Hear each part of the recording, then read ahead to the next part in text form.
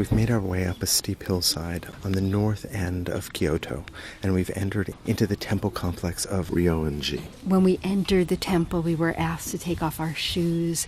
We're in a spiritual space, but also one that tourists are making their way through. And the complex consists of many temples and shrines and places of meditation for the monks who lived here, but this is specifically a place related to Zen Buddhism, and the most famous place within is the rock garden, and that's where we're standing now. You can see the garden as a distillation of the ideas of Zen Buddhism and of the highly refined sense of Japanese aesthetics.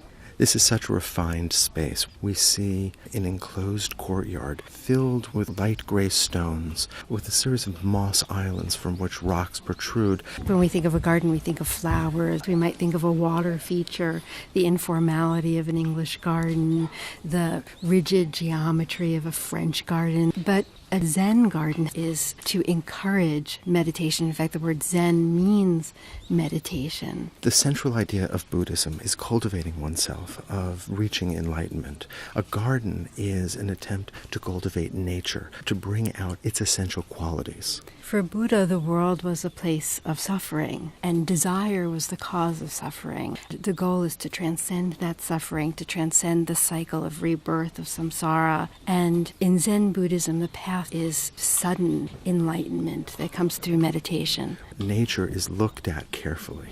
Its innate qualities, its imperfection, its inherent forms, and that becomes the starting point. The idea is not to erase nature and make something that's perfect.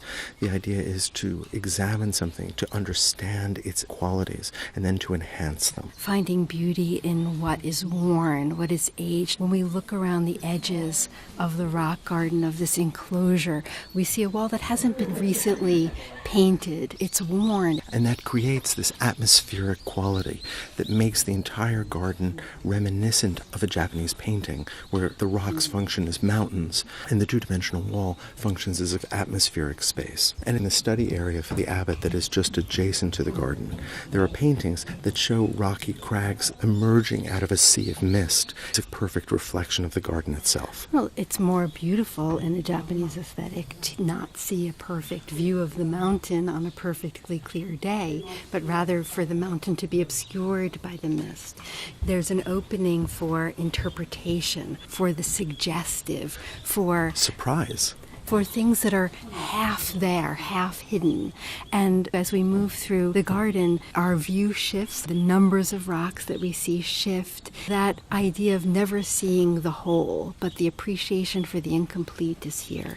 The pebbles have been raked into a very deliberate pattern, one that emphasizes the horizontal, that slows our eyes down. Ovoid shapes frame each of the individual islands, the waves of the sea.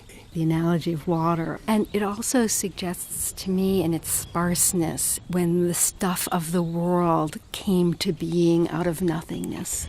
This is a garden that's meant to incite enlightenment that could come to you at any moment. Even on this cloudy, slightly rainy day, the garden is bright and feels dry. But just immediately to its right is a densely forested rectangle, slightly smaller than the rock garden, that is completely carpeted with green moss. And it's such a relief for the eye. This is all about our eye, awakening our eyes, asking us to look, asking us to pay attention.